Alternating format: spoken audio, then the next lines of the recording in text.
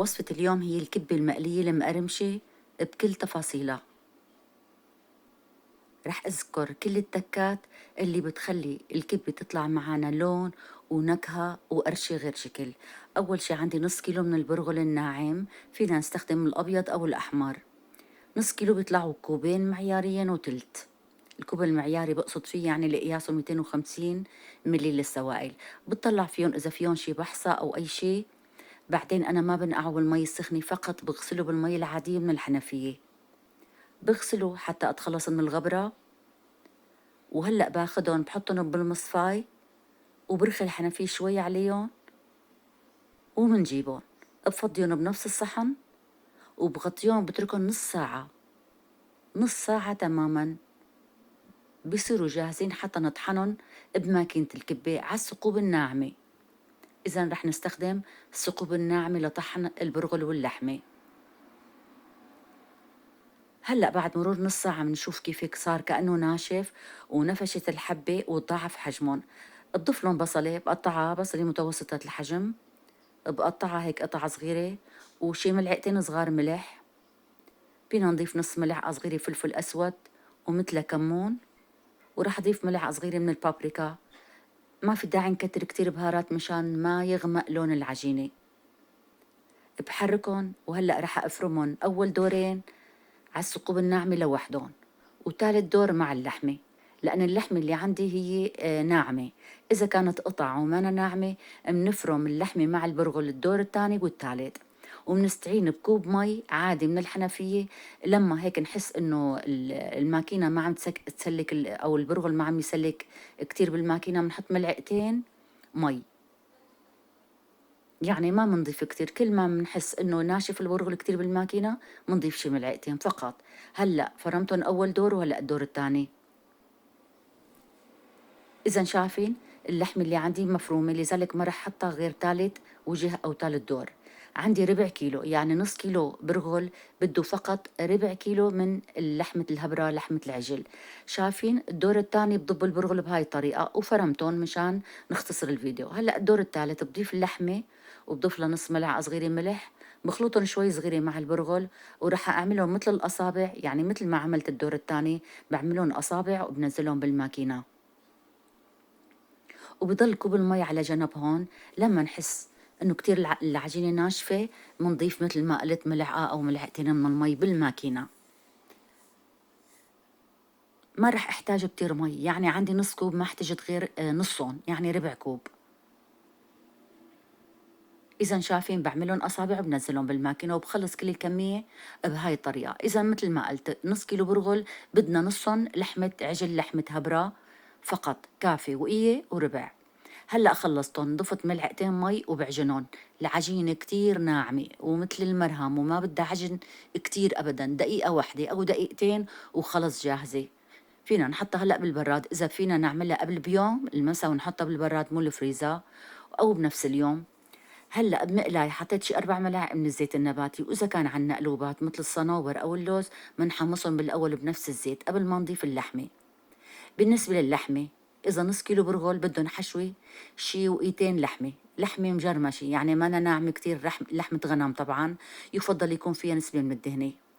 إذا هلأ رفعت الصنوبر لما صار أشقر، وهلأ بما إنه اللحمة اللي عندي ما فيها دهنة ضفت نص ملعقة من السمنة أو زبدة. عندي وقيتين من لحمة الغنم. إذا ما في، إذا عفوا فيها دهنة ما في داعي نضيف زبدة أو سمنة أبداً. إذا بخليها على أول جهة شي دقيقة أو دقيقتين حتى يتغير لونها، وبعدين بقلبها على الجنب الثاني. ولما يتغير كل لون اللحمة ونفرفدها بهالشكل منضيف البصل. شي 3 بصلات كبار أنا فرمتهم، فينا نفرمهم بمحضرة الطعام أو بالسكين نفرمهم ناعم.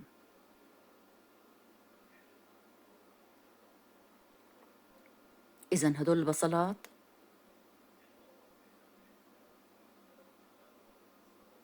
ومنخليهم مع اللحمة شي دقيقتين حتى يدبل البصل شوي ونشوف المي نشفت. هون منضيف الملح والبهارات، بضيف ملعقة صغيرة ملح، نص ملعقة صغيرة من الفلفل الأسود، وملعقة صغيرة أو نص ملعقة صغيرة من البهار المشكل.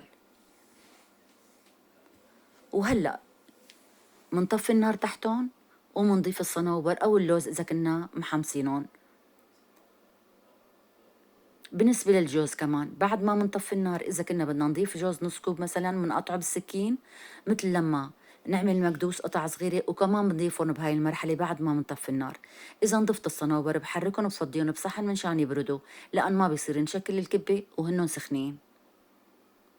وهلا بنجيب العجينة وبنحط جنبنا على الطاولة يعني صحن صغير فيه مي عادي من الحنفية، وبناخد كرة صغيرة قد الكرمنتينة الصغيرة، بنبلل أصابعنا بشيء بسيط من المي، ما كتير مشان هيك ما تصير تزلق يعني القرص الكبي يزلق بإيدنا، نتفة صغيرة.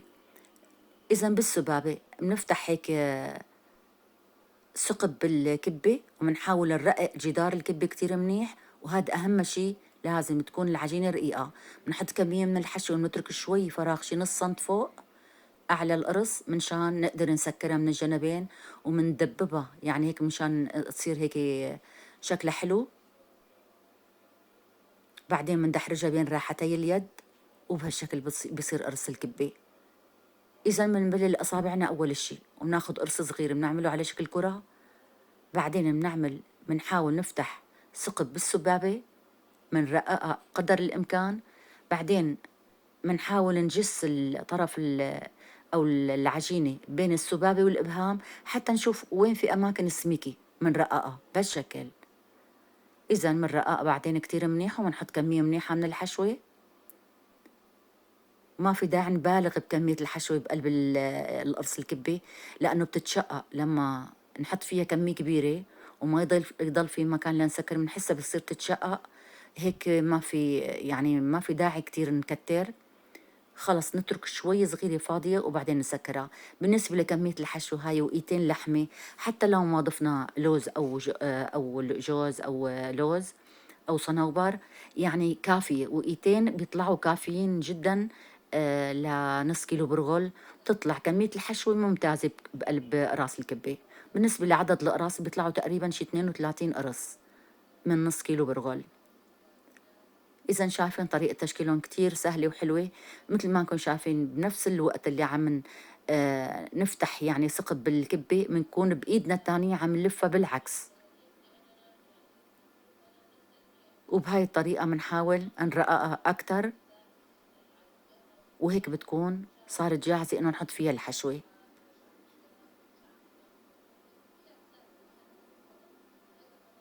إذا هلأ منسكرها ومنبوزها من الجنبين حتى يصير شكلها حلو. بالنسبة لقرص الكبة في ناس بتعملها كبيرة يعني كبير القرص، وناس تعمله صغير، أنا عملتهم بشكل متوسط، وهيك مثل ما قلت طلعوا 32 قرص تقريبا، بس يعني مليانين بالحشوة. إذا الملاحظات هلا رح احكيها اللي كتير مهمة أثناء قلي الكبة. هلا تقريبا عملت كمية منيحة خرج بقى نقليهم. بالنسبة لقلي الكبة ضروري يكون الزيت غزير وحامي. أنا بقلي البطاطا قبل الكبة، يعني عادة بنقلي بطاطا مع الكبة يفضل نقلي البطاطا بالأول، منشان هيك بنضمن إنه الزيت حامي. أهم ملاحظة لما نحط الكبة ويفور الزيت، شايفين لازم ما يبين شيء من الكبة أبدا.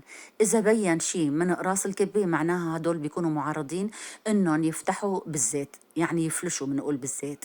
تمام؟ إذا هلا بعد مرور شي دقيقتين ما بنقرب عليهم، أول دقيقتين ما بنقرب الملعقة عليهم.